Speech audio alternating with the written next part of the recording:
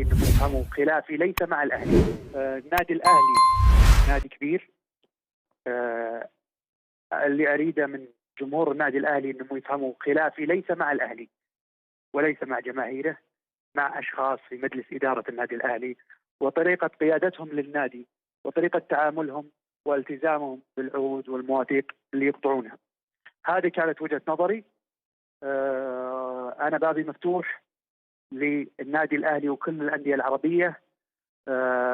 وانا محب لمصر بلدي الثاني ولكل انسان مصري عزيز وغالي على قلبي. ممكن يحصل. الحلم ده كبير يعني، بس مش حاجه بعيده عن ربنا ان شاء الله. هل انت متابع الساحه الرياضيه في مصر؟ بقى.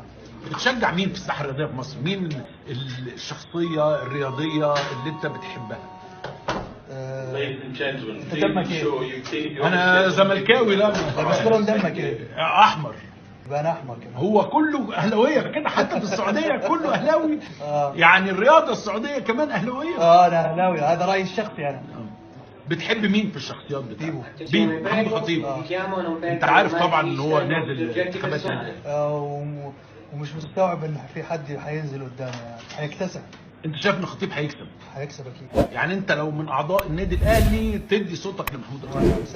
ايه المميزات اللي في الخطيب؟ يعني ايه اللي بتحبه الخطيب؟ ايه مميزاته؟ الكاريزما يعني بتاعته وشخصيه ما يختلفش عليها اثنين. في ناس بيقولوا انه مش لازم اللعيب الكويس، وانت راجل في الساحه الرياضيه وفاهم، مش لازم اللعيب الكويس يبقى اداري كويس، بس انت شايف الخطيب ممكن يبقى اداري كويس. ممكن يلم الناس الكبار في الاهلي وتحت مظلته عشان ما تبقاش في خلافات. المشكله في النادي الاهلي في الفتره الاخيره في خلافات بين احزاب جوه النادي. اعتقد الخطيب وتحمر القاهرة الآن حمراء. طبعا انتوا عارفين ان جمهور الاهلي في مصر اقلية، ورغم ذلك في ناس كتير بتجامل في الشوارع، وليلة حمراء حتى الصباح كان الاهلي في اشد الاحتياج لبطولة افريقية. الاهلي كان عنده شيء غير الدوري غير الكاس. الاهلي كان في دماغه يا جماعة يبقى احسن ناس في افريقيا. هو ده الاهلي، والف مبروك. مصر كلها سعيدة وكل جماهير الاهلي من المحيط الى الخليج سعيدة.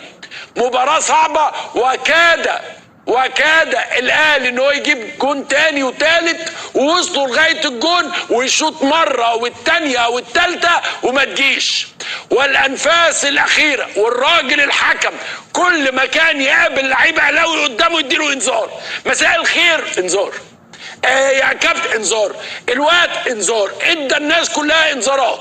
ولكن يفوز الاهلي وياخذ الاميره الافريقيه في احضانه. فيديو لتركي آل الشيخ، وفيديو ناري جدا جدا جدا وكلام مهم جدا جدا من تركي آل الشيخ. اتمنى تعمل لايك، الاشتراك، شير في كل مكان علشان نشوف حوار تركي آل الشيخ والهجص والهجص.